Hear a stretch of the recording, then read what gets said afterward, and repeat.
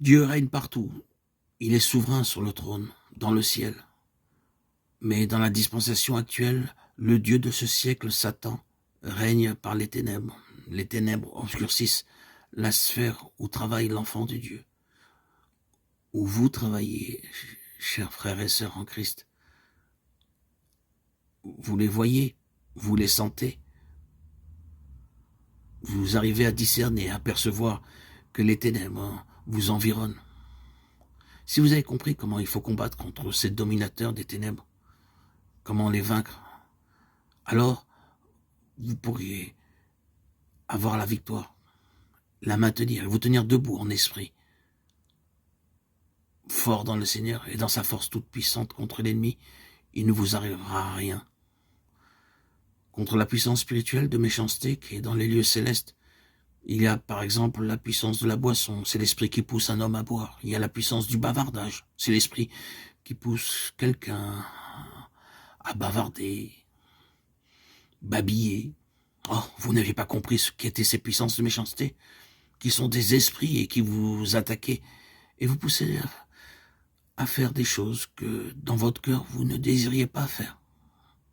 Tout cela parce que vous ne distinguiez pas la cause réelle de ces attaques et que vous ne savez pas vous tenir debout contre ces attaques dans le Seigneur et dans sa force toute puissante et maintenir la victoire. Voilà en quoi réside le conflit spirituel contre les principautés, les puissances, les dominations, les esprits malins.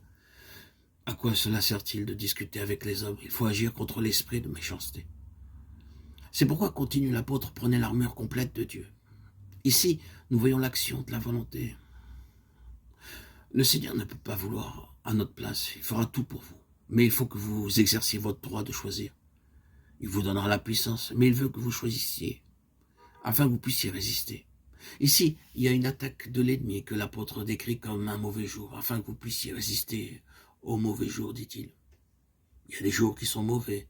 Vous vous levez quelquefois le matin et vous dites « ceci est un mauvais jour ». Et c'est vrai. Que ferez-vous? Prenez l'armure complète de Dieu et dites « Seigneur, je sens qu'il y aura une attaque de l'ennemi. Aujourd'hui, je suis conscient de l'approche de l'ennemi à travers les airs. Le diable a un piège pour moi aujourd'hui. Il travaille à le mettre en œuvre. Je le vois à certaines indications. Maintenant, Seigneur, je prends par la foi l'armure complète afin de pouvoir résister dans ce jour mauvais. » Maintenant, remarquez que dans le verset 14 de l'épître aux Éphésiens, il y a 3 parties distinctes dans l'armure du chrétien. La vérité, la justice, la fermeté. La première préparation pour cette guerre est d'avoir votre entendement, votre intelligence remplie de vérité. Paul dit, ayant la vérité pour ceinture de vos reins. Et Pierre explique que c'est les reins de notre entendement qui doivent être remplis de vérité. 1 Pierre 1,13. Il faut que votre intelligence se nourrisse de vérité. Il faut vouloir ne recevoir que la vérité, ni une théorie, ni des théories.